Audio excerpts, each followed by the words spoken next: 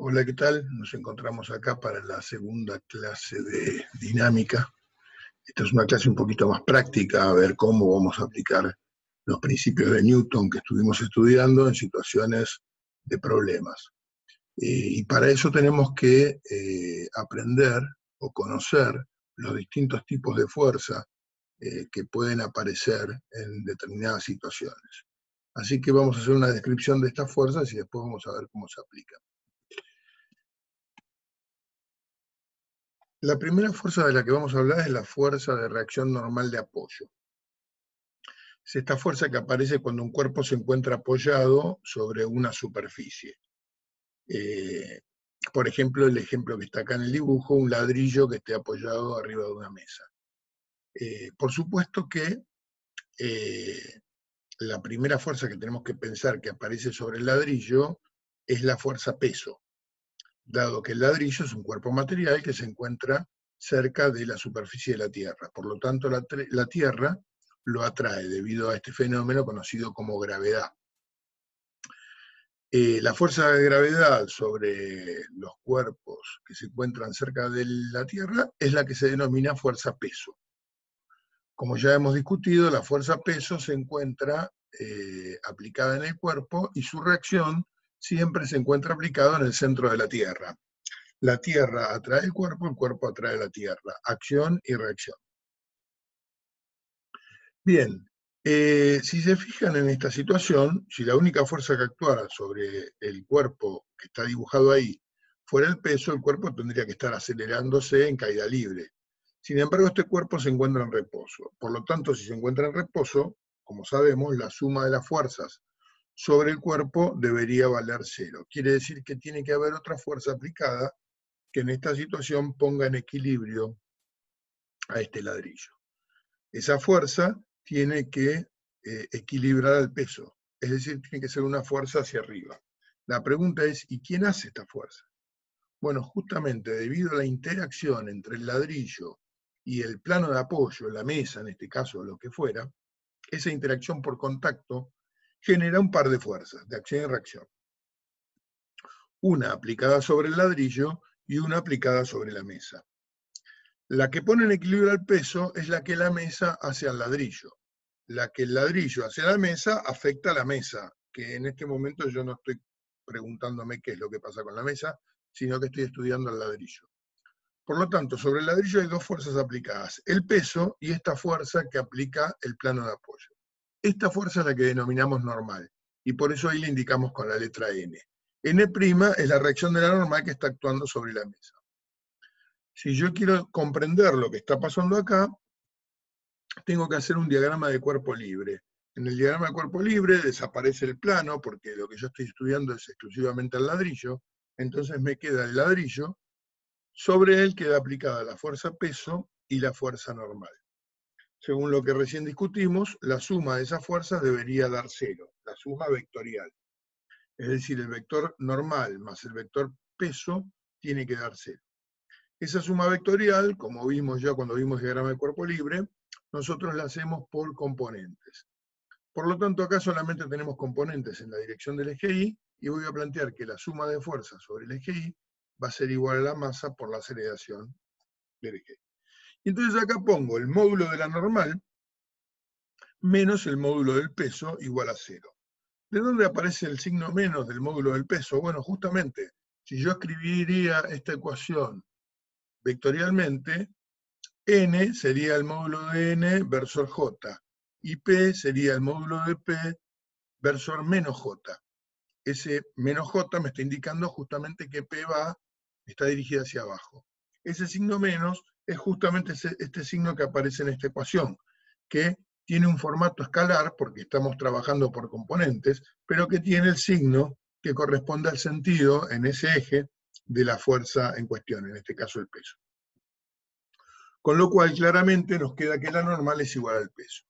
Conclusión que los alumnos suelen interpretar como válida en todos los casos. No sé por qué, pero los alumnos suelen creer que la normal siempre es igual al peso.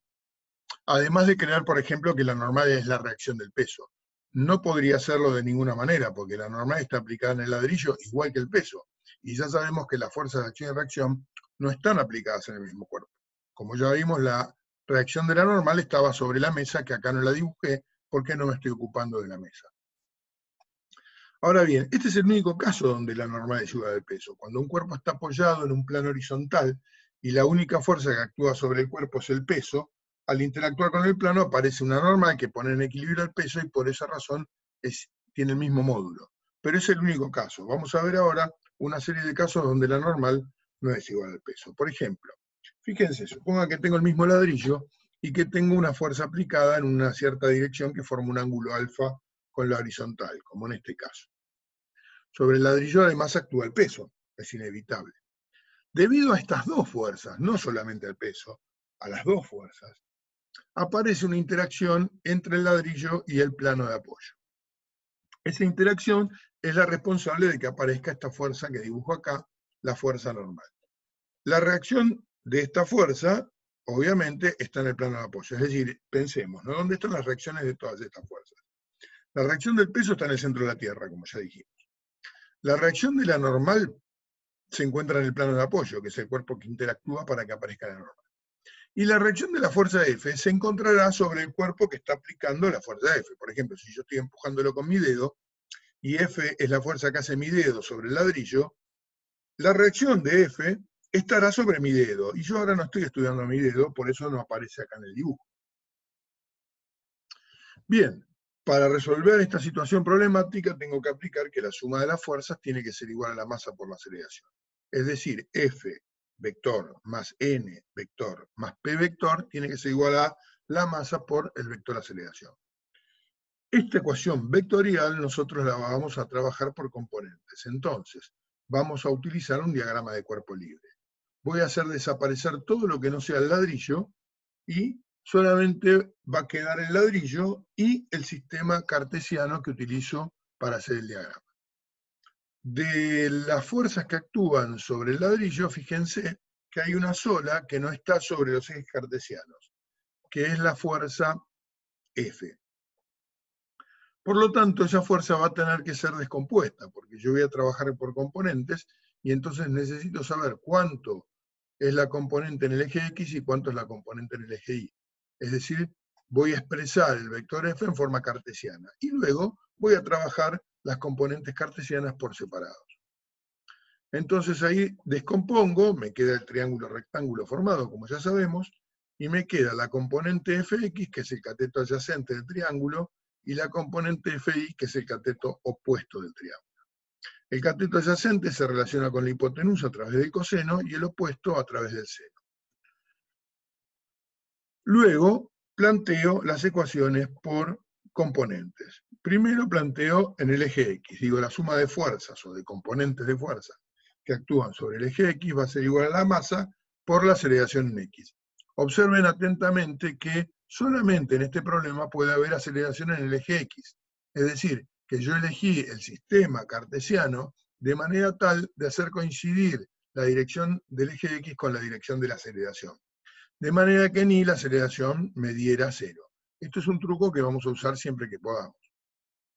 De manera que la aceleración que yo quiera calcular tendrá una única componente. Bueno, en X solamente tengo la componente Fx, y eso va a ser igual a la masa por la aceleración. Y la componente Fx, como dijimos antes, es F por el coseno de alfa, igual a la masa por la aceleración. Luego planteo lo mismo para el eje Y, suma de fuerzas en Y igual masa por aceleración en Y. En el eje Y tengo la normal, en el sentido positivo del eje Y, menos el peso, menos la componente de la fuerza en Y. Es decir, estoy, fíjense, restándole al módulo de la normal el módulo del peso y el módulo de la componente de Fi. Eso es igual a la masa por la aceleración en Y. Como la componente de Fi es F por el seno de alfa, llego a la conclusión de que N menos P menos F seno de alfa va a ser igual a la masa por la aceleración en Y. Y como nosotros elegimos específicamente que solamente hubiera aceleración en la dirección del eje X, en la dirección del eje Y la aceleración obviamente vale 0. Con lo cual, la ecuación me queda igualada a 0. Si de ahí despejamos la normal, me queda que la normal es igual al peso más F seno de alfa. ¿Qué quiere decir esto? ¿No? Claramente. Quiere decir que n no es igual a p. Como sabemos, p es mg. La normal es el peso, mg, pero además tengo que sumarle el valor de f por el seno de alfa. Es decir, que el valor de la normal es más grande que el peso en este caso. Es obvio porque la normal está sosteniendo al ladrillo sobre el cual están actuando en la dirección vertical dos fuerzas. El peso, como en el ejemplo anterior, pero además hay una componente de la fuerza F que también lo aprieta contra el plano de apoyo, con lo cual la normal va a tener que ser más grande. Otro caso donde la normal no es igual al P es un caso muy conocido, el plano inclinado. El plano inclinado, como sabemos, es un plano que forma un cierto ángulo con la horizontal. Sobre ese plano hemos apoyado un ladrillo, como figura acá. La inclinación del plano, como dijimos, es alfa, y yo quiero ver qué pasa con esta situación, cuál será la aceleración del ladrillo, cuánto valdrá la normal en este caso. Lo que voy a aplicar es suma de las fuerzas igual masa por aceleración, como siempre. Para eso tengo que dibujar las fuerzas que actúan sobre el ladrillo. Obviamente que este ladrillo está apoyado sobre el plano, y por lo tanto sobre él va a aparecer la fuerza normal. Es decir, una fuerza que forma 90 grados en todas las direcciones con el plano de apoyo, ¿sí? Y que surge de la interacción entre el ladrillo y el plano de apoyo. Acá la tenemos dibujada, N. ¿Dónde está la reacción de N? Acá, en el plano de apoyo, obviamente. Yo no la dibujé porque no estoy estudiando el plano de apoyo, pero allí está. Y la reacción del peso, como sabemos, está en el centro de la Tierra. Bueno, para poder estudiar otra vez el problema, vamos a hacer el diagrama de cuerpo libre, colocamos el eje X y el eje Y, hacemos desaparecer el plano de apoyo, y entonces tenemos el peso y la normal sobre el ladrillo. El ángulo que forma el peso con el eje Y no es otro que alfa. Voy a volver un poquito para atrás para explicar esto, ¿no? Fíjense, este ángulo es alfa. Si yo trazara una recta perpendicular o normal al plano por acá, yo podría preguntarme si alfa está relacionado con este ángulo o con el que forma con la perpendicular. La realidad es que está relacionado con este que está acá. ¿Por qué? Podemos observar que esta recta es perpendicular a esta recta. Y esta recta, que sería el plano horizontal, es perpendicular al peso. Por lo tanto, si el plano horizontal con el plano inclinado forman un ángulo alfa, sus perpendiculares difieren en 90 grados, tienen que formar el mismo ángulo alfa. O sea que este ángulo alfa es el mismo ángulo de inclinación del plano. Con lo cual vamos a poder descomponer el peso en las componentes Px y Pi. La componente Px, fíjense que quedó en sentido contrario al eje X positivo que hemos elegido. Sin embargo, está en la misma dirección, que es lo que siempre buscamos. Buscamos que la dirección del eje X coincida con la dirección de la aceleración. En este caso es obvio que el sentido no va a coincidir, porque este cuerpo sobre el plano se acelera hacia abajo y el sentido positivo del eje X va hacia arriba. Pero eso no nos importa, lo que nos interesa es que la dirección coincida. Bueno, en el caso del eje Y, colocamos una recta, como vemos acá, que es perpendicular al eje X y sobre la cual, obviamente, actúa la normal y la componente del peso en Y. La suma de las fuerzas tiene que ser igual a la masa por la aceleración, o sea, P más N tiene que ser igual a la masa por la aceleración. Si trabajo por componentes, en el eje X voy a tener la componente menos Px, por el sentido que tiene P, igual a la masa por la aceleración en X. O sea, menos P por el seno de alfa. ¿Por qué por el seno? Porque Px es el cateto opuesto del triángulo rectángulo. O sea que P por el seno de alfa me va a dar el valor del cateto opuesto, que es la componente en X. Menos P por el seno de alfa igual masa por aceleración en X. O sea, menos mg seno de alfa es igual a la masa por la aceleración en X. Como vemos, acá se cancelan las masas, y llego a que la aceleración en la dirección del eje X vale menos g seno de alfa. O sea que tiene una aceleración que es una parte de g. Una parte de g.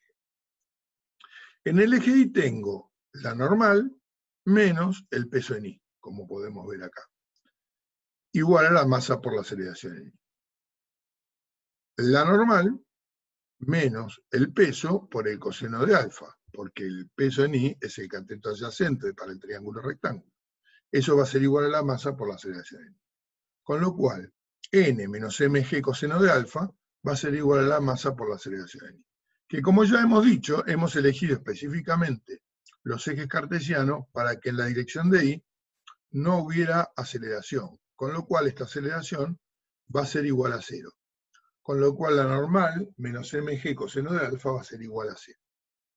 Despejando me queda que la normal es mg por coseno de alfa. Otra vez podemos ver que la normal no es igual al peso. En este caso es una parte del peso. La parte del peso que presiona al ladrillo contra el plano inclinado. Otra fuerza que vamos a aplicar muchas veces también acá es la famosa tensión. En física llamamos tensión a toda fuerza hecha por una soga, un cable, un hilo, un alambre, una cuerda. Por ejemplo, una situación podría ser esta, una viga de la cual a través de una soga hay colgado un ladrillo. En esta soga va a aparecer una fuerza que vamos a llamar tensión. ¿Por qué va a aparecer esa fuerza? Y bueno, porque por un lado, el ladrillo se atrae con el planeta Tierra, como podemos ver acá, acción y reacción. La Tierra atrae el ladrillo atrae la Tierra. Claro que nosotros lo que nos interesa es lo que le pasa al ladrillo, no lo que le pasa a la Tierra. La única manera de que este ladrillo no se esté cayendo y acelerando con la aceleración de la gravedad es que haya una fuerza poniendo en equilibrio al peso. Y esa fuerza no queda más remedio que la tiene que estar haciendo el hilo. Esta fuerza que hace el hilo del cual está colgado el ladrillo es la famosa tensión. Obviamente que si el hilo tira del ladrillo, el ladrillo tira del hilo, y T' estaría sobre el hilo. Pero nosotros ahora estamos dibujando solo la fuerza que actúa sobre el ladrillo, porque estamos estudiando el ladrillo. También va a haber una tensión entre el hilo y el techo. Una interacción ahí, el hilo tirará del techo, y el techo tirará del hilo con una fuerza igual y contraria, acción y reacción. Pero insisto, yo estoy estudiando exclusivamente el ladrillo en este momento. Y voy a decir que la suma de las fuerzas sobre el ladrillo es 0 y por eso el ladrillo se encuentra en reposo. Bueno, la suma de las fuerzas sería el peso, vector, más la tensión vector, igual masa por el vector aceleración. Otra vez hago el diagrama de cuerpo libre, hago desaparecer todo lo que no sea ladrillo y solamente me queda sobre el diagrama el ladrillo con el peso y la tensión. En este caso está en equilibrio, no tengo aceleración ni en X ni en Y.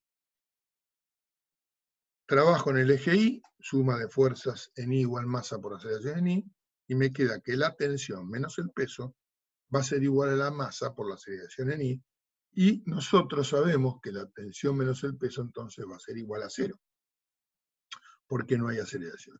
De acá sacamos que la tensión, en este caso, es igual al peso, que es un caso parecido al que vimos de la normal. Es el único caso donde la tensión es igual al peso. Cuando el cuerpo está colgado libremente de una soga, de una viga, del techo, etc. Y no hay ninguna otra fuerza más que el peso que actúa sobre el ladrillo. Con lo cual la tensión no le queda más remedio que ser la que va a poner en equilibrio, si es que está en equilibrio, al ladrillo. Vamos a ver un caso donde el ladrillo no está en equilibrio, para que vean que la tensión no siempre es igual al peso.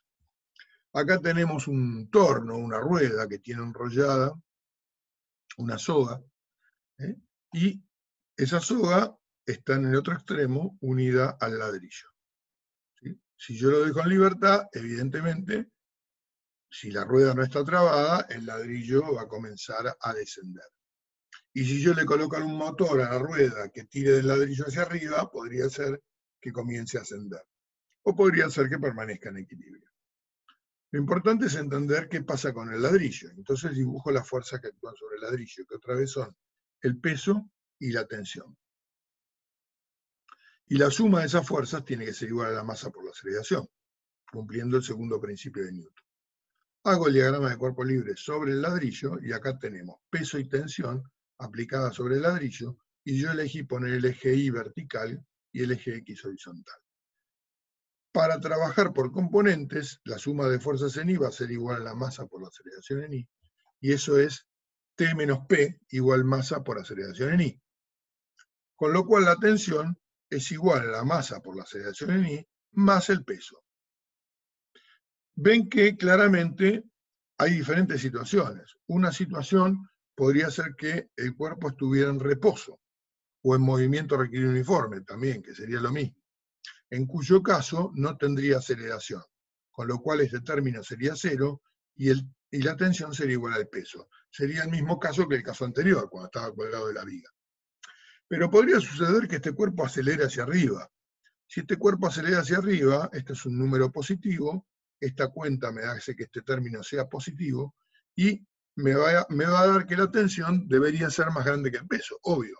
Para que acelere para arriba, la fuerza que tira para arriba debería ser más grande que la que tira para abajo del ladrillo. Y al revés, si este cuerpo acelerara hacia abajo, la aceleración sería negativa, con lo cual este término sería un término negativo que le estaría restando el peso. Con lo cual la tensión tendría que ser menor que el peso, cosa que también es obvia. Para que el ladrillo se acelere hacia abajo, esta fuerza, peso, tiene que ser más grande que la tensión. Acá vemos un ejemplo donde la tensión puede ser más grande que el peso, más chica, o podría ser igual. Pero claramente hay que prestar mucha atención y cada caso hay que analizarlo en particular. Veamos un ejemplo numérico. Dice, en el sistema de la figura, la fuerza aplicada a la cuerda AB forma un ángulo de 37 grados con la horizontal y es de 60 newton. El cuerpo tiene una masa de 5 kilogramos. Considerando que el módulo de aceleración de la gravedad es 10 metros por segundo cuadrado y despreciando el rozamiento, determinar el módulo de la fuerza de vínculo, la normal. Se la llama fuerza de vínculo porque los vínculos son aquellas fuerzas que limitan el movimiento de un cuerpo. La normal es una fuerza de vínculo porque limita el movimiento, no lo deja moverse en un sentido. También una soga puede ser una fuerza de vínculo. Por ejemplo, si yo tengo un hilo atado, que está atado a una bolita, y yo sostengo el hilo siempre en el mismo punto, bueno, esa tensión del hilo funcionará como fuerza de vínculo, porque no tampoco permitirá que la bolita se aleje más que la longitud del hilo de la posición donde yo lo tengo agarrado. Así que funciona como fuerza de vínculo. Y también me pide la aceleración del cuerpo puntual. Bien, para resolver este problema numérico vamos a tener que hacer lo mismo de siempre, un diagrama de cuerpo libre. Vamos a dibujar las fuerzas que actúan sobre el cuerpo, que son el peso, y la fuerza F que se le está aplicando con un ángulo alfa. Y además la fuerza normal, que como todos sabemos aparece justamente por el vínculo con el piso. Estas fuerzas ahora las voy a pasar a dibujar en un diagrama de cuerpo libre. Esto significa que desaparece el piso. Solamente dejo el ladrillo y las fuerzas que actúan sobre él, como podemos ver acá dibujado.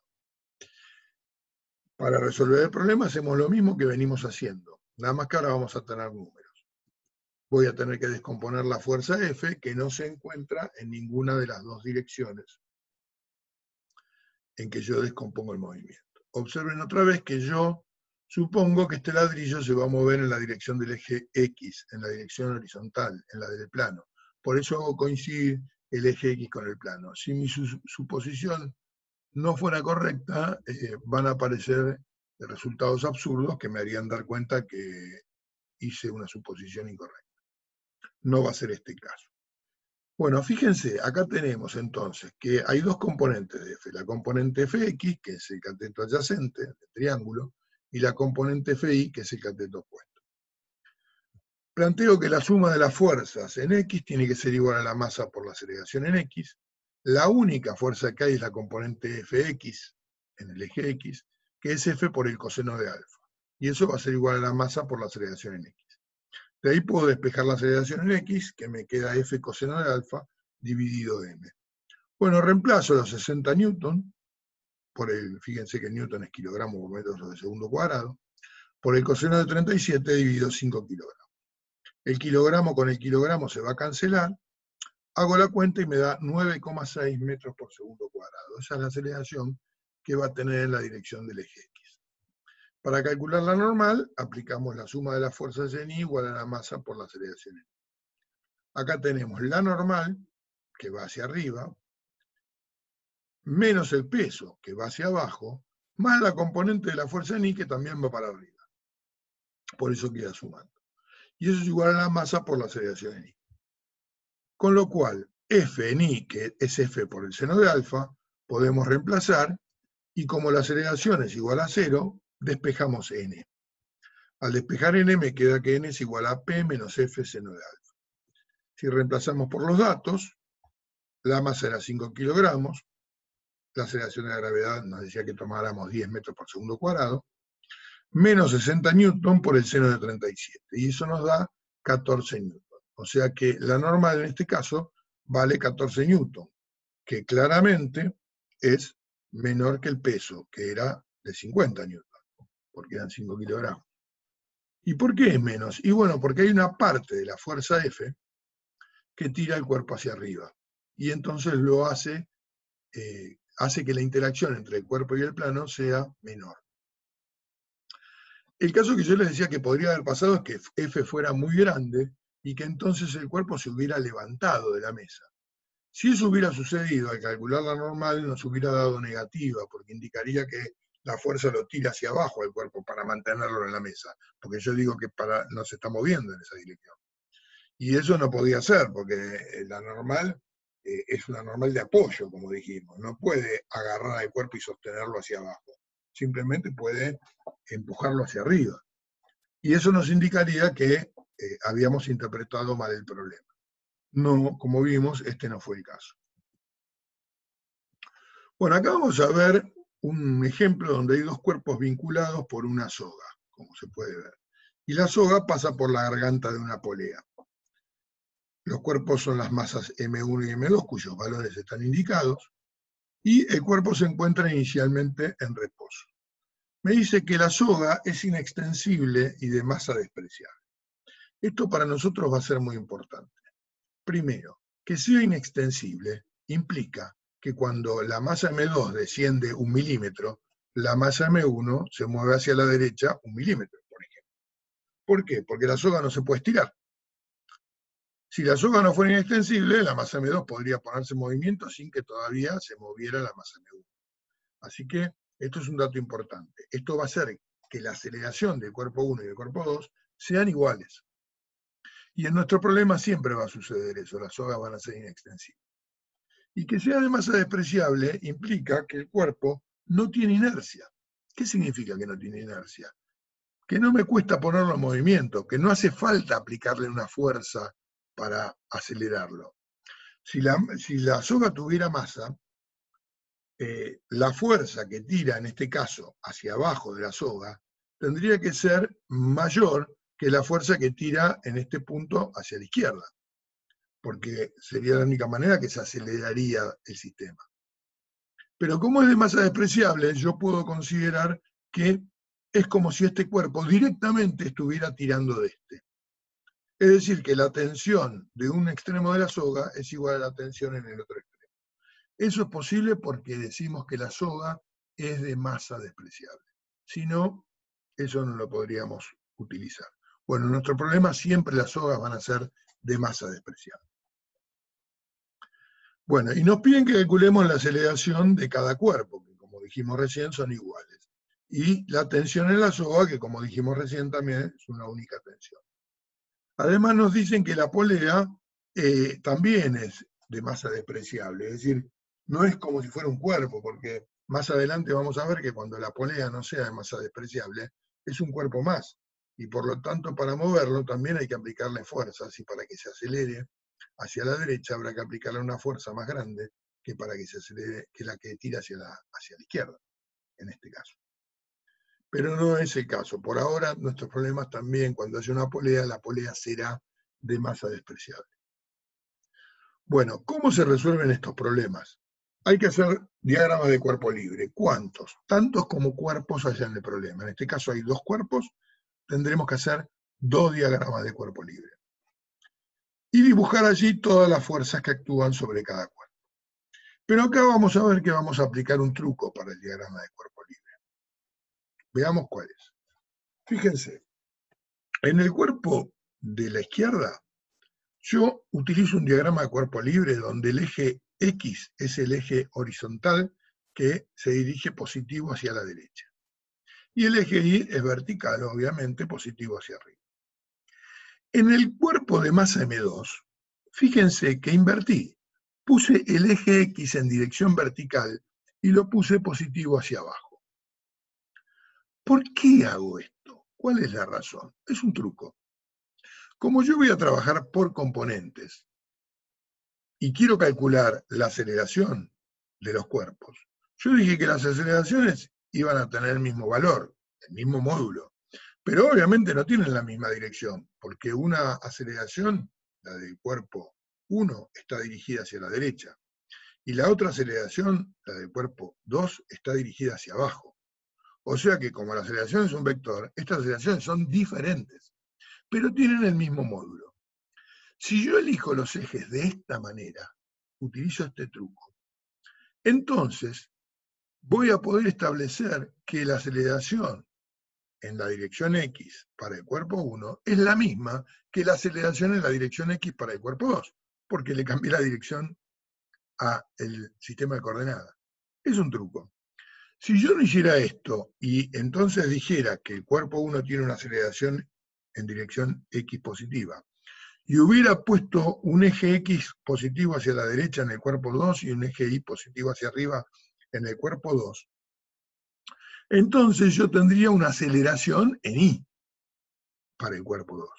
Y tendría que establecer un vínculo entre ambas. Tendría que establecer una ecuación que diga que la aceleración del cuerpo 1 en X es igual a menos la aceleración del cuerpo 2 en Y. Y eso me establecería una ecuación más con un signo negativo ahí que me estaría molestando bastante. En cambio, utilizando este truco de cambiar el eje para el cuerpo 2, ambas aceleraciones me quedan en el eje X y ambas me quedan en el mismo sentido, o sea, ambas me quedan positivas. Y eso facilita el cálculo. Por esa razón siempre lo vamos a hacer de esta manera. Siempre vamos a colocar los ejes de esta manera. Algunos alumnos lo entienden como es que yo, imaginándose que se coloca un eje que se dobla acá hacia abajo, digamos, ¿no? Un eje doblado. Bueno, matemáticamente eso es absurdo, obviamente. Los ejes cartesianos no se pueden doblar. Pero si a alguno les sirve pensarlo así, no está mal. Bueno, vamos a trabajar primero con el cuerpo de la izquierda, el cuerpo 1. Sobre él actúa el peso y la normal porque está apoyado, y la tensión que hace el hilo que va hacia la derecha. Sobre este cuerpo tengo que aplicar que la suma de las fuerzas es igual a la masa por la aceleración. Esto quiere decir que para la masa M1, T más P más N tiene que ser igual a M1 por A, ecuación vectorial. Si la trabajo por componentes, me queda que en el eje X la tensión va a ser igual a la masa por la aceleración.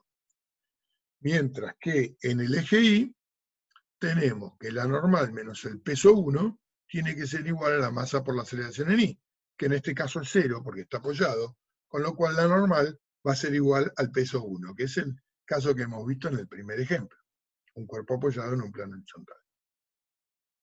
Y ninguna otra fuerza en dirección vertical más que el peso. ¿Por qué? Porque acá la tensión está en dirección horizontal.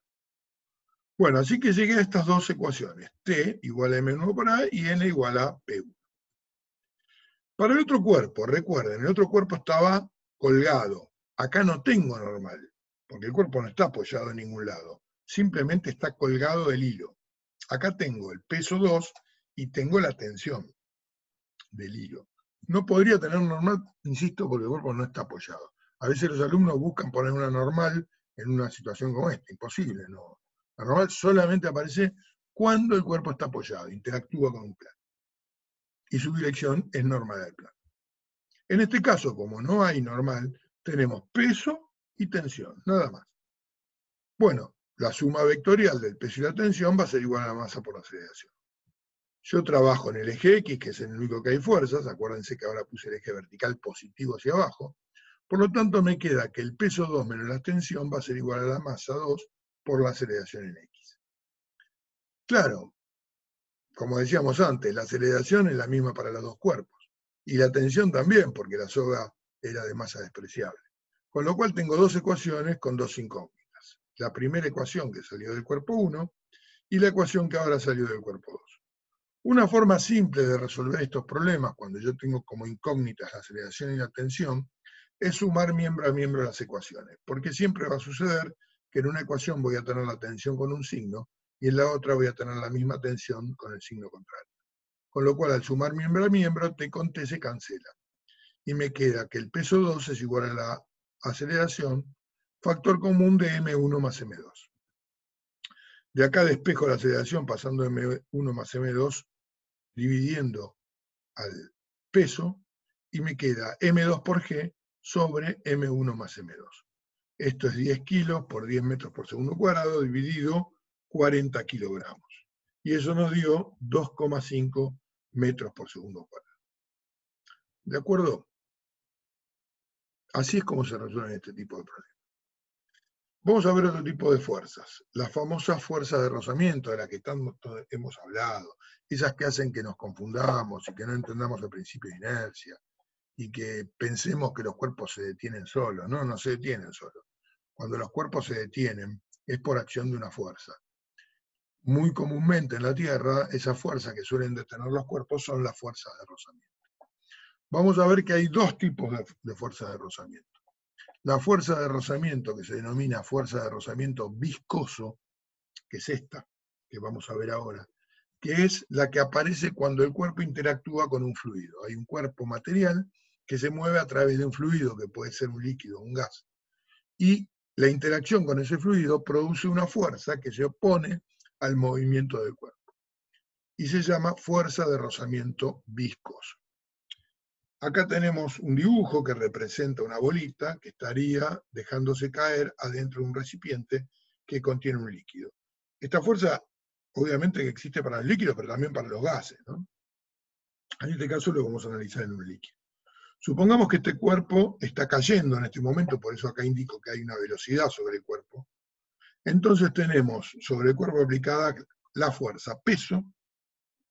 Hay una fuerza que aparece cuando se sumerge un cuerpo en un líquido, que descubrió Arquímedes, alguna vez lo deben haber sentido nombrar, que se llama empuje, es la responsable de que un barco flote, por ejemplo, de un corcho flote, el empuje, que es una fuerza constante que aparece sobre el cuerpo que está sumergido, que acá está dibujado como una fuerza roja. Y además, al haber velocidad, al haber movimiento, aparece la fuerza de rozamiento que vamos a llamar viscosa, que se opone al movimiento siempre. Obviamente que tiene que haber movimiento para que haya esta fuerza, ¿no? Tiene que haber movimiento relativo entre el cuerpo y el fluido. Ya sea porque considero que el fluido está quieto y se mueve el cuerpo a través de él, o considero que el cuerpo está quieto y lo que se mueve es el fluido, o considero que ambos están en movimiento y lo que está quieto es una tubería, por ejemplo. Tiene que haber movimiento entre ellos. Bien, esta fuerza no la vamos a estudiar nosotros en profundidad porque es bastante difícil de calcular en determinados casos, porque depende de muchos factores. Por ejemplo, depende de las características del fluido. No es lo mismo aire que aceite que agua. Depende también de la velocidad relativa. O sea, no es la misma fuerza a baja velocidad que a alta velocidad. Cambia con la velocidad. Y depende de la forma del cuerpo que se está moviendo, lo que llama el perfil que ofrece el cuerpo al fluido. Y esto la cambia mucho, por lo tanto, para cada caso es muy diferente. Podemos analizarlo acá para una bolita. En una bolita, que sería el caso más sencillo, hay una fórmula, que es la fórmula de Stokes, que es una fórmula simplificada que permite calcular en determinadas condiciones muy especiales cuál va a ser la fuerza de rozamiento viscosa. La ley de Stokes dice que esa fuerza viscosa es proporcional al radio de la bolita, es decir, a mayor radio, en forma proporcional, mayor fuerza viscosa. Es directamente proporcional también a la velocidad. Cuanto más rápido Si se duplica la velocidad, la fuerza viscosa se duplica. Y esta proporcionalidad se da a través de una constante que está vinculada con el líquido y que se llama coeficiente de viscosidad de fluido, que es esta letra eta que tenemos dibujado acá. Esa letra es la que se utiliza para el coeficiente de viscosidad generalmente. Y esos coeficientes de viscosidad dependen de los fluidos y obviamente están tabulados para cada fluido. Hay tablas que nos dicen cuánto vale para el aceite, o para tal otro, o para el agua, o para el aire, o para lo que fuera.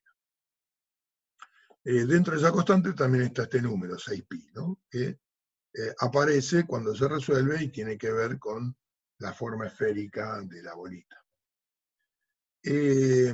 Nosotros, como decía, no nos vamos a meter en profundidad con esta fuerza de rozamiento, ya que, como decíamos, nosotros trabajamos con ladrillos que son cuerpos muy sencillos para nosotros, que no se van a mover a través de fluidos o van a ser poco afectados por los fluidos que los rodean.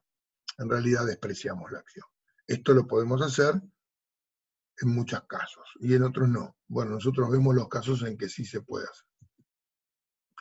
Bueno, acá había una pequeña animación donde mostraba cómo el cuerpo se movía a través del fluido. Un chiste nomás. Bien. La que sí nos interesa a nosotros es la fuerza de rozamiento por deslizamiento. Esta fuerza aparece cuando un cuerpo se mueve o se intenta mover, basta con que uno intente moverlo, sobre una superficie con la cual se encuentra en contacto y apoyado. Se debe a las rugosidades que tienen los cuerpos. Por eso disminuye si yo pulo las superficies de los cuerpos. Cuanto más pulidas estén ambas superficies, menor va a ser la fuerza de rozamiento. En cambio, si yo tengo un papel de lija, por ejemplo, algo bien rugoso, la fuerza de rozamiento va a ser mayor. Esta fuerza se produce porque esas rugosidades se encastran unas en otras y hace que esa interacción de esas rugosidades se meten unas contra otras, haga aparecer esta fuerza. Siempre es una fuerza que se opone al movimiento o al intento de movimiento. ¿Qué quiere decir esto del intento? Y bueno, cuando yo empujo esta mesa y ahora no se está moviendo y yo la estoy empujando, ¿quién evita que se empuje? Bueno, la fuerza de rozamiento. Pero esta fuerza de rozamiento está oponiéndose al movimiento de la mesa sin que la mesa se mueva todavía. Es decir, basta con que yo intente moverla para que la fuerza de rozamiento aparezca. Ahora vamos a analizar cómo es esta fuerza de rozamiento. Pero siempre se opone al movimiento relativo entre el cuerpo y la superficie de contacto. Y como decíamos, no es necesario que haya movimiento para que exista la fuerza de rozamiento. Existe con el intento de movimiento. Para estudiar esto, vamos a imaginar un experimento. Supónganse que tenemos un bloque, un ladrillo, un bloque de madera, que se encuentra apoyado sobre una mesa y que está unido a través de un hilo a un platillo en el cual yo puedo colocar pesas. Si yo coloco una pesa acá, el sistema permanece en equilibrio. En esta situación, la suma de las fuerzas sobre el ladrillo tiene que ser igual a 0. Pero yo sé que sobre el ladrillo va a estar actuando una fuerza que, al haber equilibrio en este caso, va a ser igual a el peso de este cuerpo, dado que el peso de este cuerpo es equilibrado por la tensión del hilo. Por eso permanece en reposo. La tensión del hilo es la misma, como dijimos, en un extremo que en el otro de la cuerda. Por lo tanto, sobre el ladrillo está actuando esa tensión. Es obvio entonces que esa tensión está siendo puesta en equilibrio por otra fuerza. ¿Quién produce esa otra fuerza? Justamente el rozamiento contra la mesa. Esto significa que sobre el ladrillo tenemos la tensión, el peso del ladrillo, la normal, y la fuerza de rozamiento. Yo comienzo a aumentar la cantidad de pesas que coloco sobre el platillo. Pongo una pesa, pongo otra. Sin embargo, el cuerpo sigue sin moverse. Esto quiere decir que esta fuerza de rozamiento está aumentando automáticamente. A medida que yo coloco peso en el platillo, crece hasta poner en equilibrio al platillo. Sigo haciendo esto hasta que veo que el platillo va a comenzar a moverse. Acá lo que decimos es eso, no hay aceleración, la tensión es igual a la fuerza de rozamiento, con lo cual la tensión es igual al peso que yo estoy colocando en el platillo, que fue creciendo. Pero ahora llega un momento que crece, hasta que se pone en movimiento. En un determinado momento yo veo que coloco una pesita más y ya se pone en movimiento. Con lo cual quiere decir que esa fuerza de rozamiento que actuaba sobre el ladrillo pudo crecer hasta un valor máximo, a partir del cual no pudo crecer más. Superado ese valor, el sistema se puso en movimiento. Ahora bien, también noto lo siguiente. Noto que una vez que se puso en movimiento, el sistema se acelera. Y si yo quiero que se deje de acelerar, tengo que sacar pesas del platillo. Pero tengo que sacar más pesas de la que fue necesaria para ponerlo en movimiento. Y esto me está diciendo que una vez en movimiento, esa fuerza de rozamiento que antes mantenía en equilibrio al sistema, disminuyó.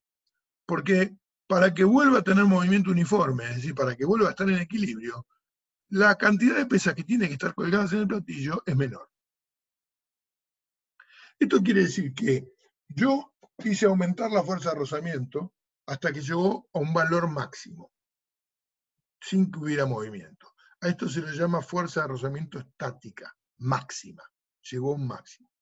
A partir de ahí el sistema se pone en movimiento y esta fuerza de rozamiento yo noto que disminuye y pasa a ser una fuerza de rozamiento que se denomina cinética, que siempre es menor que la fuerza de rozamiento estática máxima. A partir de ahí permanece constante esa fuerza, ya no crece más, es siempre la misma fuerza. No importa que se mueva más rápido, no importa la situación, permanece constante. Esa fuerza de rozamiento se denomina fuerza de rozamiento cinética y es constante. Es decir, que en el caso de la fuerza de rozamiento por deslizamiento, vamos a tener dos tipos de fuerza de rozamiento por deslizamiento. Una que se va a denominar fuerza de rozamiento estática. Esa fuerza de rozamiento estática crece automáticamente poniendo en equilibrio al cuerpo, pero crece hasta un valor máximo que se llama fuerza de rozamiento estática máxima. A partir de allí no puede crecer más y si se aumenta la fuerza aplicada al cuerpo, el cuerpo se pone en movimiento. Una vez que se puso en movimiento, entra en juego la fuerza de rozamiento que voy a llamar fuerza de rozamiento cinética. Esa fuerza de rozamiento cinética es una fuerza de rozamiento que es menor que la estática máxima. Siempre. Siempre es menor que la estática máxima. Y que se mantiene constante a partir de allí mientras que el cuerpo se mantenga en movimiento. Es importante tener en claro que la fuerza de rozamiento estática máxima es igual a la mínima fuerza necesaria para poner el cuerpo en movimiento. Es decir, si yo quiero poner en movimiento un cuerpo, voy a tener que llegar hasta aplicar una fuerza que sea igual a la fuerza de rozamiento estática máxima. Un pitutito más y se empieza a mover. Por eso ese es el límite. Y por eso yo digo, bueno, ahí es justo el valor en el cual el cuerpo se empieza a mover. Por lo tanto, necesito aplicar una fuerza igual a ese valor para comenzar el movimiento. Se encuentra experimentalmente que la fuerza de rozamiento, tanto la estática máxima como la cinética, depende de la fuerza de interacción entre el cuerpo y el plano de apoyo. Cuanto más fuerte aprieta el cuerpo contra el plano de apoyo, mayor es la fuerza de rozamiento. ¿Y quién mide la intensidad de cuánto se apoya un cuerpo contra el plano? La normal. Es decir, que se encuentra que la fuerza de rozamiento estática máxima es directamente proporcional a la normal. Siendo la constante de proporcionalidad lo que se va a obtener del cociente entre la fuerza de rozamiento estática máxima y la normal. A eso se lo denomina coeficiente de rozamiento estático. Y se utiliza para calcular la fuerza de rozamiento estática máxima. ¿Cómo? multiplicando el coeficiente de rozamiento estático por la normal, obtengo la fuerza de rozamiento estática máxima. Y la fuerza de rozamiento que no sea máxima, esas son fáciles, porque son iguales a la fuerza que le estoy aplicando para mover el cuerpo. Acuérdense, son las que evitan que el cuerpo se mueva. A mí lo que me interesa es saber cuál es el valor máximo, porque a partir de ahí se va a comenzar a mover. Y es importante que entendamos que si el cuerpo aprieta más fuerte contra la superficie de apoyo, más grande es la fuerza de rozamiento estática. Y lo mismo pasa con la cinética, pero ya sabemos que la cinética tiene un valor menor que la estática máxima. Por lo tanto, acá la constante de proporcionalidad va a tener otro valor. El cociente entre la fuerza de rozamiento cinética y la normal va a ser constante. A ese coeficiente se lo llama coeficiente de rozamiento cinético. Y se lo obtiene de esta forma. Por lo tanto, para calcular la fuerza de rozamiento cinético hay que multiplicar el coeficiente de rozamiento cinético por la normal. Tanto el estático como el cinético se indican con esta letra que se llama mu, es una letra griega. Nada más que se le agrega la E de estático para el coeficiente de rozamiento estático y la C de cinético para el coeficiente de rozamiento cinético. Al coeficiente de rozamiento cinético algunos también lo llaman coeficiente de rozamiento dinámico. Bueno, es lo mismo. Siempre el coeficiente de rozamiento estático, por lo tanto, como permite calcular la fuerza de rozamiento estática máxima, que siempre es mayor que la fuerza de rozamiento cinética, el coeficiente de rozamiento estático siempre será mayor que el cinético. El mu estático siempre va a ser mayor que el mu cinético. En general, bueno, es importante que entendamos que el coeficiente de rozamiento no tiene unidades. No tiene unidades, porque surge del cociente entre dos fuerzas, con lo cual las unidades se cancelan. Por eso es un coeficiente, es un número. Generalmente está entre 0 y 1 este número. Generalmente está entre 0 y 1. Bueno, fíjense, si ponemos un ladrillo y le aplicamos una fuerza, como estamos dibujando acá, de manera de que vamos aumentando esta fuerza hasta que se ponga en movimiento el cuerpo, vamos a tener el peso normal y la fuerza de rozamiento. Vamos a graficar la fuerza de rozamiento en función de la fuerza aplicada. Cuando las grafico veo que obtengo primero un gráfico a 45 grados. ¿Por qué? Porque la fuerza de rozamiento estática aumenta y se hace igual a la fuerza que yo estoy aplicando, poniéndola en equilibrio. Va a ir aumentando, aumentando, aumentando, hasta que va a llegar un momento que voy a llegar a la fuerza de rozamiento estática máxima. Ahí la fuerza de rozamiento no puede aumentar más. Si yo sigo aumentando la fuerza aplicada, F, entonces comienza el movimiento. A partir de ahí no importa que yo aumente F, la fuerza de rozamiento pasa a ser la cinética y va a mantenerse constante. Este corte es prácticamente así, muy abrupto, muy abrupto. Salta del valor máximo al valor cinético casi instantáneamente, en un tiempo muy cortito. Veamos un ejemplo. Dice un bloque de masa M1, 30 kilogramos, está apoyado sobre un plano inclinado que forma un ángulo de 30 grados con la horizontal.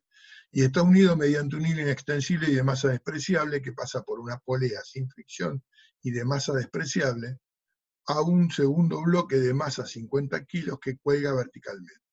Si el coeficiente de rozamiento cinético entre M1 y el plano es mu cinético igual 0,4, calcular la aceleración de cada bloque y la tensión de la cuerda que vincula ambos bloques.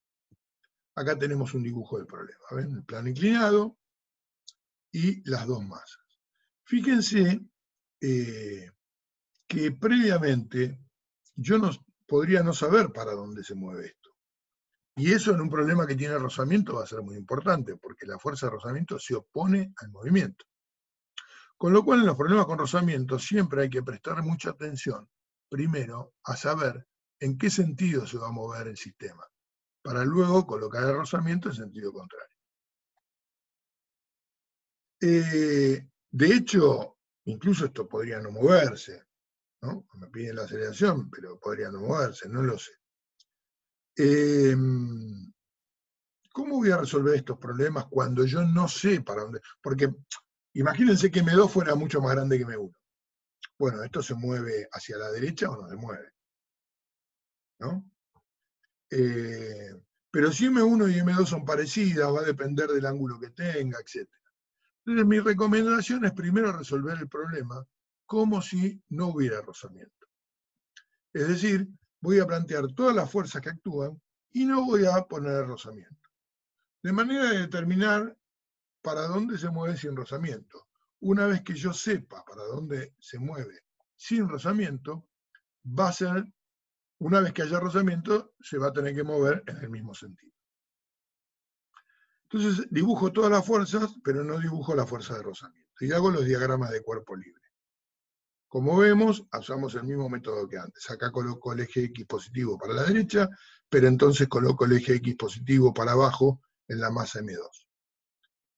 Descompongo el peso, en el caso del primer diagrama, y entonces escribo las ecuaciones de Newton. Suma de fuerzas igual masa por aceleración. En este caso, en el eje Y, tengo que N menos peso 1I es igual a la masa por la aceleración. Como el peso 1 en I es el cateto adyacente para este triángulo, es el peso 1 por el coseno de alfa. O sea que me queda N menos peso 1 por coseno de alfa igual masa por aceleración en I. El peso 1 es mg, y además la aceleración en I va a ser 0, con lo cual me queda que la normal va a ser igual a m1 por g por el coseno del ángulo, en este caso 30 grados. Podemos calcular el valor, me queda 30 por 10 metros por segundo cuadrado por coseno de 30, eso me da 259,8 newton, ese es el valor de la normal. Ese valor lo vamos a necesitar para cuando calculemos el rozamiento. Bueno, luego en el eje X tengo que T menos Px tiene que ser igual a la masa por la aceleración en X. Esto es T menos P1 seno de alfa, porque es el cateto opuesto, igual masa 1 por aceleración en X.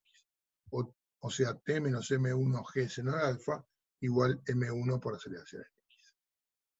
Para el otro cuerpo, tengo que el peso 2 menos la tensión tiene que ser igual a la masa 2 por la aceleración en X. Por cómo hemos tomado estos ejes, las aceleraciones son las mismas, recuerden. Esto es M2G menos T igual a M2 por aceleración en X. Vuelvo a aplicar la técnica que usé antes, sumo miembro a miembro las dos ecuaciones en X. Esta era la ecuación que teníamos del cuerpo anterior. Al sumarlas, T con T se van a ir. Y entonces me queda que M2G menos M1G seno de alfa es igual a la aceleración, factor común, de M1 más M2. De acá despejo la aceleración y esto me da 4,375 metros por segundo cuadrado. Quiere decir que este sistema, de moverse, se mueve hacia la derecha, la masa M1, y la masa 2 hacia abajo. ¿Por qué? Porque la aceleración me dio positiva, me dio en el mismo sentido positivo que yo puse el eje X. Si la aceleración me hubiera dado negativa, significaba que el sistema se movía hacia la izquierda. En este caso yo sé que, como se mueve hacia la derecha la masa M1, la fuerza de rozamiento va hacia la izquierda. Si me hubiera dado que se movía para la izquierda, la fuerza de rozamiento iba para la derecha. Ahora que yo sé para dónde va la fuerza de rozamiento, vuelvo a plantear el diagrama de cuerpo libre para el cuerpo de masa M1. Y le agrego la fuerza de rozamiento que ahora sé que va para la izquierda. Es muy fácil hacer esto, no es que tengo que hacer mucho más trabajo, porque yo ya tenía hecho los diagramas de cuerpo libre, le agregué una fuerza, y tengo escritas las ecuaciones donde también lo único que hago es agregar una fuerza de rozamiento que resta, es un término más que resta en la ecuación. Recordando que la fuerza de rozamiento es mu por la normal, reemplazo mu por la normal, reemplazo P1X por P1 seno de alfa, luego me queda T menos M1G seno de alfa menos mu por la normal, igual a la masa 1 por la aceleración. Bueno, ahora sumo miembro a miembro esta ecuación con la ecuación de la masa M2 que ya tenía. Y al sumar, obviamente las ecuaciones me quedan igual que antes, nada más que se le agrega este término que está restando acá, que es el correspondiente a la fuerza de rozamiento. Bueno, de ahí voy a despejar la aceleración.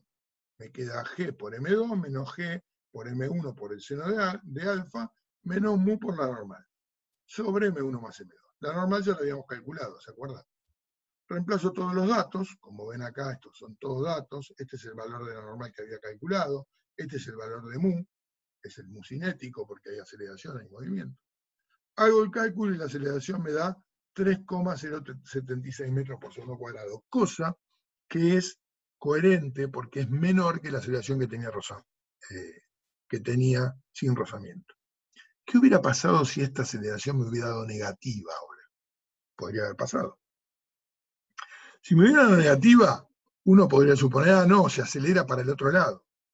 Pero pensemos que eso no puede ser, porque el rozamiento no puede provocar movimiento. El rozamiento se opone a un movimiento, es una fuerza de reacción, que si no hay movimiento o desaparece el movimiento, la fuerza desaparece.